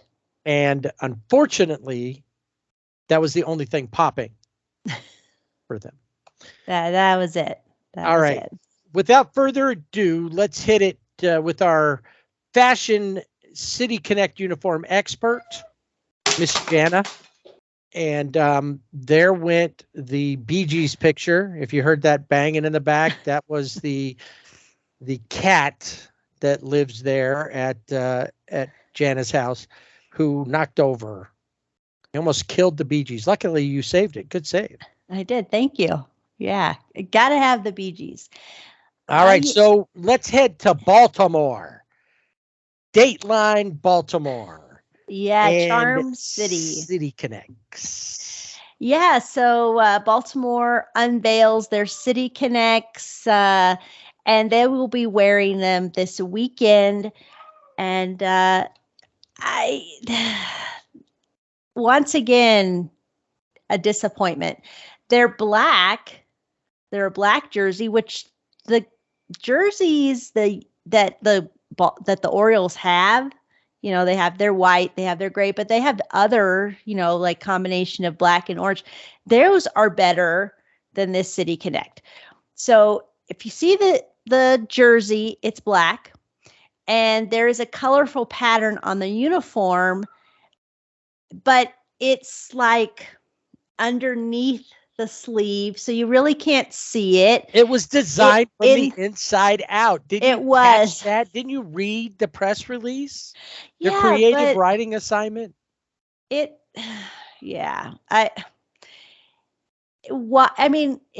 represents the various neighborhoods of Baltimore. But if you're representing Baltimore, why couldn't you put that as a band? Or, around the sleeve or around the collar? Why does it have to be inside? And the reason is because they said it's a showcase of the city's colorful interior, which the gray exterior that represents a surface level view that some people have of the city, because Baltimore doesn't always have the greatest reputation. But the vibrant colors symbolize the uniqueness of the various aspects of Baltimore. The bold typeface used for the Baltimore logo was inspired by the Globe Collection and Press at the Maryland Institute College of Art and the local art scene. The speckles and imperfections represent the shared grit that the Orioles and Baltimore community possess. There is a patch featuring "You can't clip these wings," which the words I think it's a poet that wrote a poem. It's emblazoned on the jersey. And then the script B logo on the hats were pulled from the first letter of the Baltimore script logo on the Orioles road jerseys, and it's also featured on the sleeve patches. And that's it. And they're nothing special, and they could have done better, but as you said, they were designed on the inside, not to be seen on the outside. Because the inside is the hidden gem of Baltimore. And if you only go around the outside of it, you'll never know. That's right. Now, if you watch The Wire, you might not want to go to the inside of Baltimore. You may just want to stay in the Inner Harbor. Right. And just in that area, get some blue crab, blue claw crab. It's really, really good. Crab cakes, amazing crab cakes. They got a great aquarium there. But yeah, a block over, not so much. I've never been there, so I'll take your word for it, for sure. Yeah. Yeah. I've been there. I've done that. So many times. Okay, that I believe. You've never been to a game at Yankee Stadium. I have not, but I have been to Camden Yards Yards. Stadium. But I have been to Camden Yards. You got that one. I do have that one. I rode the train to like a little train that was out front, goes around the stadium. No. But I get it. These city connects, but how are they? They're not connecting the city. Sometimes, I mean, you get that idea. The city was connected. Once again, some of these, because of the links that they have to go, it makes me feel better about some of the other. Yeah. Yeah. I mean, but this one, there's one of their uniforms that they wear that's, it's like black. Like I said, it's black and orange. Black with the orange on it. Yeah. And it's like, that's way better than this. But if you really want to represent, I mean, I get it. You want to represent the neighborhoods, and it's the colorful interior, but you can't see it because on the outside you only see the exterior. But show it off. Or you might get shot before you can get to the interior to see the colorfulness of it all. I guess. I don't know. I am just disappointed so far. We've had the Rangers, the Reds, the Mariners, and now the Orioles. And I think that Pittsburgh is next. Gotta wonder what they could come up with. And like I asked you, once we get to the Yankees, what do they do? I don't know. It's going to be interesting to see theirs. And that I don't think that's this season, though. I think that's next. Yeah, I think because it's been like five teams. I guess we also had Atlanta this year. Yeah, too. I forgot Atlanta about was the them. first one. Yeah, well, because it just kind of looked like a an alternate to what they normally wear. Right, and it was kind of an ode to the what they wore. It was in the less 70s. of a city connect and more of a tribute to Hank Aaron because it was more his era. Right. Yeah. So our next, like I said, our next City Connect will be the Pittsburgh Pirates, June 27th. So I'll be looking forward to that. Maybe they can blow us away and we'll feel better about the Maybe City they'll Connect. just have a black uniform. Don't they I already think if they're just going have to that? do it, they should go all yellow, head to toe, yellow. They could have a yellow night at the ballpark. They could get Coldplay to come and sing their song, Yellow. Yeah. Yep. It'd be a whole thing. Are you Once listening, again, Pittsburgh? that's Nobody right. can see it anyway. Nobody goes to their games. I know. And I'm sure it's going to get less as if they don't like turn it around and really get back to where they were in the first. Yeah, part. they got to get back to the excitement.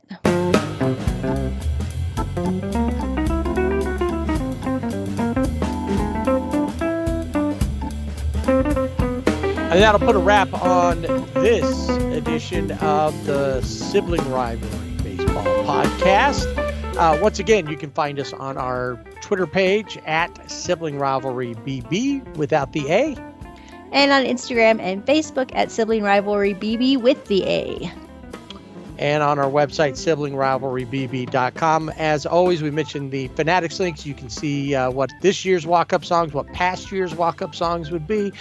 And then there's a few little things on there as far as like you can catch the latest episodes of or past episodes of the show. Plus, we've written a couple little things that we posted on there. And did you put a link up there for people to find your 9-inning know-it-all lamentation? I do need to do that. I was lamenting so much that I forgot, so I will do that. You are lamenting the fact that you did not post about your lamenting. That's right. All right. Next week, we will have the NCAA College World Series playoffs. We'll see we'll have every team that has made the field and where they're going to start out, the super regional sites, and more. So we'll talk that, and of course we'll check in on the Dodgers, the Angels, and see if the wheel is getting any more overloaded. So until next week, don't forget to swing away.